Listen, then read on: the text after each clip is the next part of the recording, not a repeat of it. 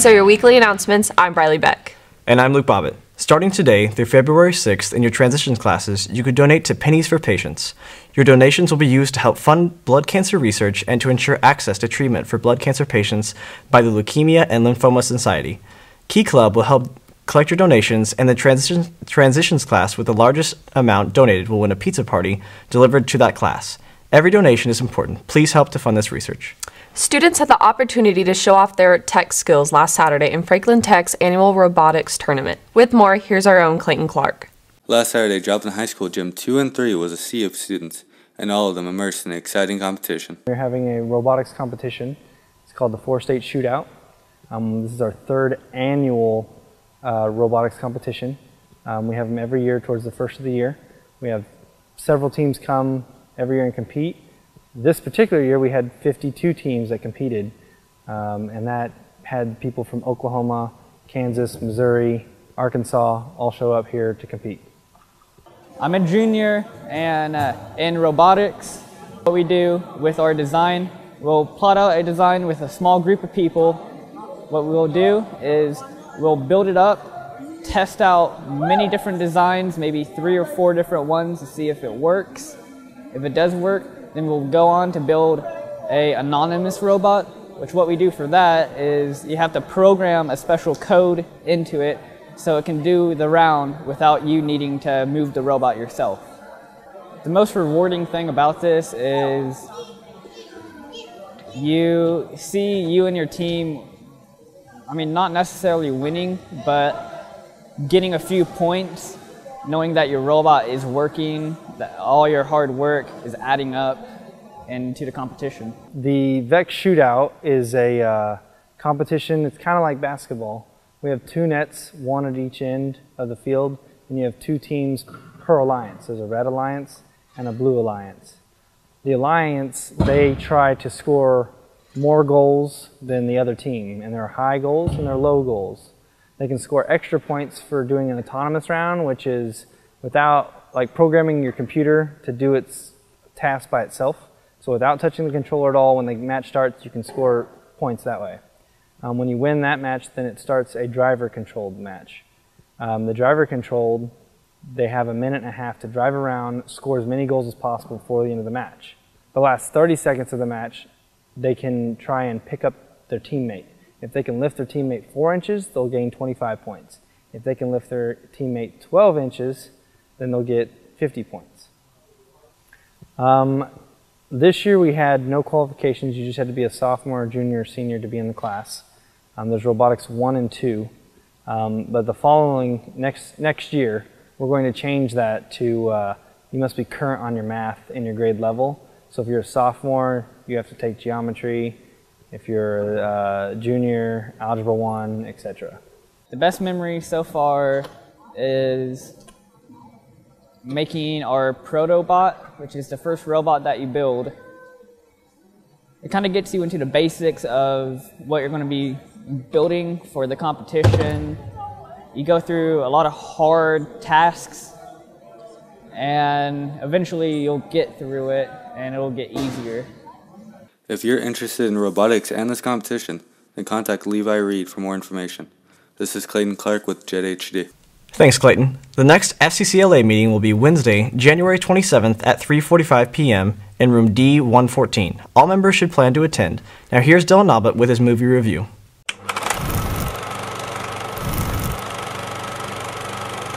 For you, I move the stars for no one.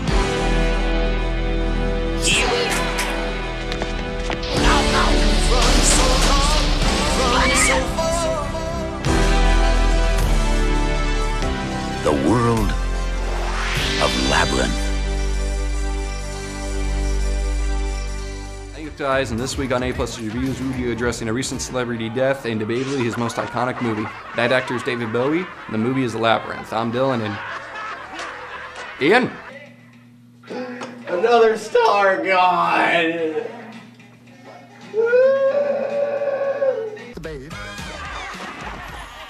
David Bowie was an English songwriter, singer, record producer, and actor, and he was good at all of that.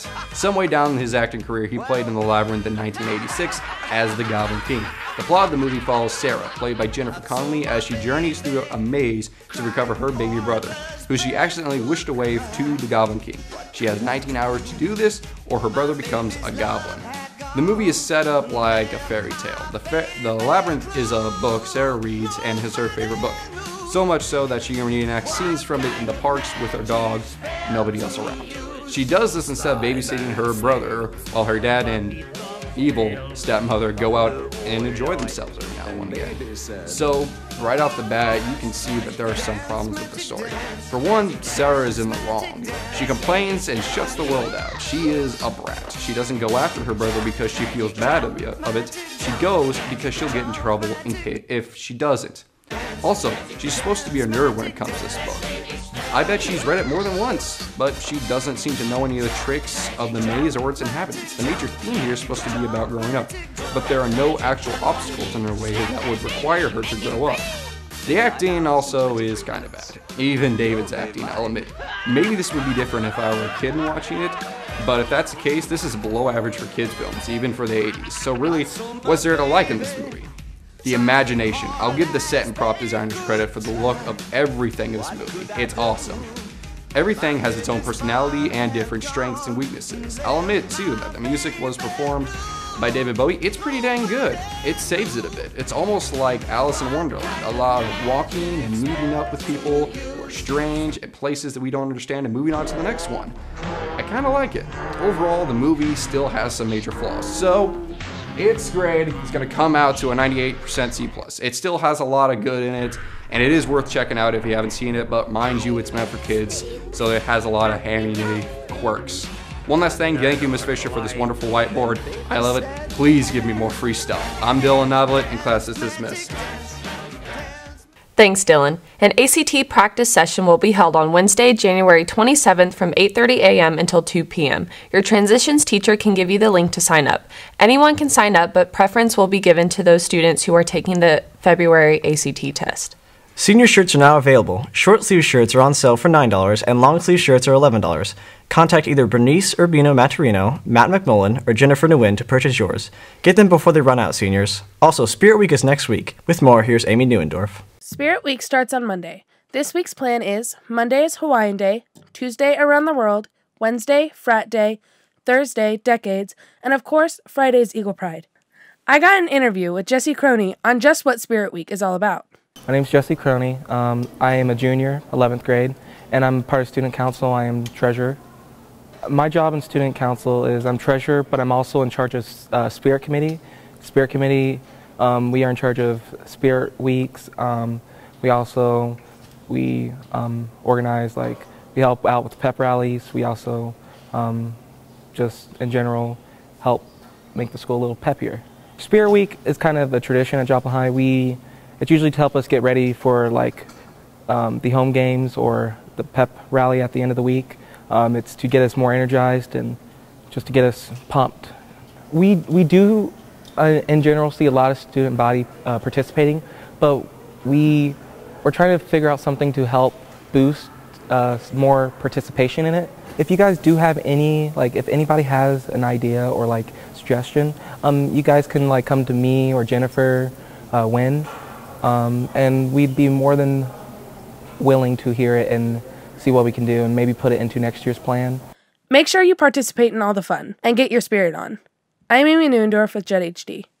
Thanks, Amy. The Joplin Power Club will be hosting a powerlift competition on Saturday, January 30th in the Joplin High School weight room. All students are welcome to participate. Registration will start at 8 with the lifts taking place afterwards. For more information, contact either Coach Reed, Lyndon, Lawrence, or Coach Jasper.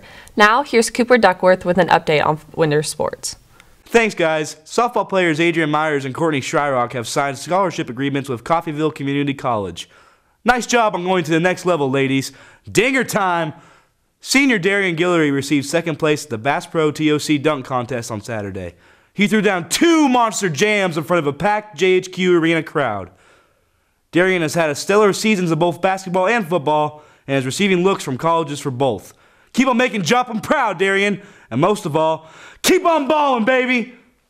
back to you. Thanks, Cooper. Bright Out shirts for the homecoming basketball game on January 29th will be sold in Eagle Alley during lunch beginning January 25th. Shirts are $10. Be sure to wear it to the game and the dance right after the game on Friday, January 29th to support the Eagles.